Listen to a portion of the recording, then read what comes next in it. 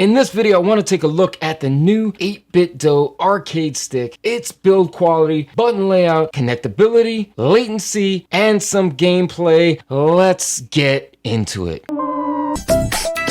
Hey guys, it's Sal, the voice of the We Deem channel. We review, we test, we game, a community for gamers. And if you'd like to see me spend my money so you don't waste yours, hit that subscribe button. Now let's take a look at the 8bitdo's build quality. And for the most part, it's built pretty sturdy. The actual arcade stick itself is heavy. Now as you can see, 8bitdo doesn't really throw out the spectacular design. They try to remain with a retro design. As you can see, it has the NES color scheme as always, with the black and the red buttons and the off-white, I guess you would say, or off-gray color here. The housing itself is made of a pretty sturdy plastic, but I remember the N30 Arcade stick from 8bitdo being a metal housing, and I'm pretty sure, yep, this is all plastic. It does have 4 rubber feet on the bottom, so when you are playing an intense game, as you can see, it doesn't slide at all. The buttons themselves, they have a short throw, and you have these toggle switches up here, and these feel pretty decent too, the plastic, and they feel pretty responsive. You do get a click feel for every time they fall into the notch for each selection. The buttons up top here, they feel pretty flush with the arcade stick, but they are big enough to the point where you don't feel like you are having a hard time pressing them. They do have a really nice clickish sound. Same goes for the start and select. Although they are not flush, they are raised a little, and they have the same clickish sound. And the Bluetooth switch here, that feels pretty good as well. Now as for the arcade stick itself, it feels pretty decent, but this is a square gate inside here. Because of that square gate, I felt like in game, occasionally off to the side, it would get stuck. We'll get into that more later on in the video, so do stick around. Now let's dive into the button layout and the switches. You have 8 main arcade buttons. You have 2 macro buttons up top, which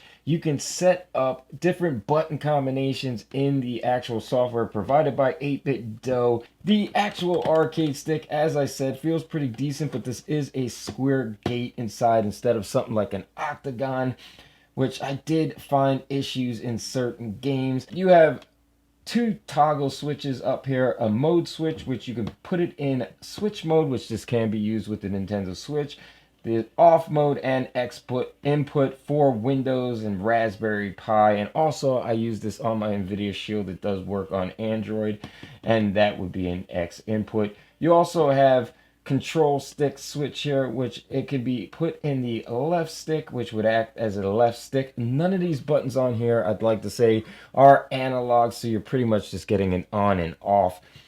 You can also put it in a D-pad, and this stick will act as just a D-pad for those games that can only use a D-pad. And then you have a right stick, which it'll put it in right stick mode. You have a pairing button here. You have a turbo button, which does work. I did use this in some of the shooters, and it worked really well. You have a home button, which on the Nintendo Switch and Android, it will bring you back to the home menu.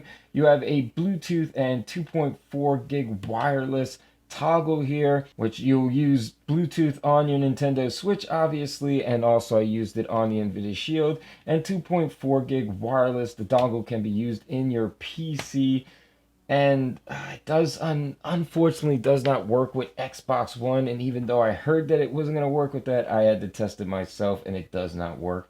And you have a start and select button here. Now the 8bitdo arcade stick has what they call dynamic button layout. If you're in the switch mode, you will have a switch layout. You have your B here and your A here, your ZR, your ZL, LR, X, and Y. And then if you put it in X input, the buttons dynamically change. This is now A, B, RT, LT, LB, RB, Y, and X. So that does change. You can also use the software to map certain buttons and also to program the actual macro buttons up here. Now it's time to get to the most important part, and that is gameplay. And for the most part, the 8bitdo arcade stick functions fairly well. The only problem I seemed to have was in Pac-Man and Donkey Kong, where because of this being a squared gate, if you went off to the side, I don't know, I kind of felt like I got stuck and it was kind of getting me killed by the ghost or the barrels in Donkey Kong. But in fighting games, it seems to work fairly well. I just, as you will see in the footage, pretty much suck at games like Marvel vs. Capcom, but I also was standing above the camera and reaching down at the arcade stick instead of being slightly leveled with it. So it was kind of awkward and uncomfortable, and that might have made me suck even more. The buttons itself, they're really responsive. They feel good in game. They feel really well when you're sitting there mashing on them. And that's all was on my Nvidia Shield. Now, when we go ahead and take a look at the Nintendo Switch, it works fairly well on there as well, on fighting games, on platformers. On PC, using the 2.4 gigahertz dongle, it seemed to work fairly well. On Steam, playing Jay and Silent Bob Mall Brawl. Honestly, the arcade sticks seemed to work okay. If I moved them in a diagonal, the character moved in a diagonal. If I moved them up and down, it moved up and down. Now, I will tell you that I had to go into the menu and program the buttons on here, and it seemed that RT and LT would not program for some reason. Alright, we come to the end of the video.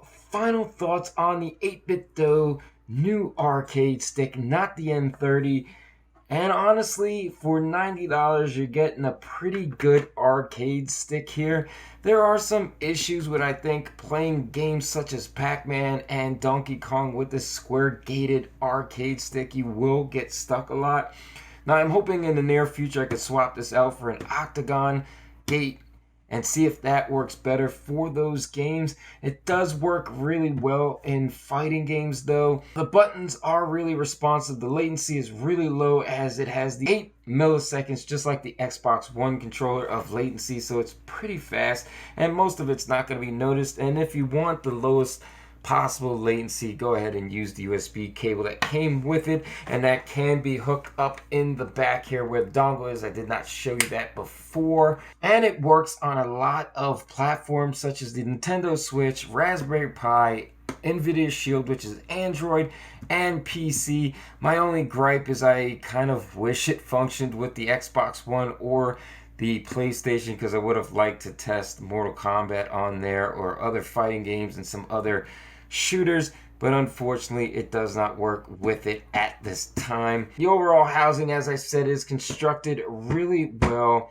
and it does come with the software to program all the buttons. You can map them differently, and it also comes with, as I said in the video, that cool dynamic button layout where if you're in X input, it has sort of your Xbox style layout on the buttons, and then you can switch it to Switch, and then you get your Switch button layouts.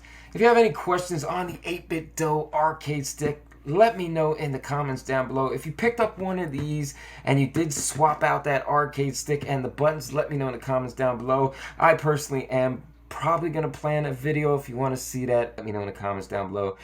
Comments down below, comments down below. God, I said comments down below far too much in this video. If you like what was contained in this video, do hit the thumbs up. If you found the video to be of some sort of value, even just a little valuable, something in here was valuable to you, please consider sharing amongst friends and the rest of your social media. And as always, don't forget to let me spend my money so you don't waste yours by hitting that subscribe button. Hey guys, don't forget that the products discussed in any of my videos are always in the description down below if you're interested in checking any of them out or helping me make the videos just a little bit better every time. Also, don't forget to check out one of our other videos. What are you waiting for? 1, 2, they're there. Click one of them.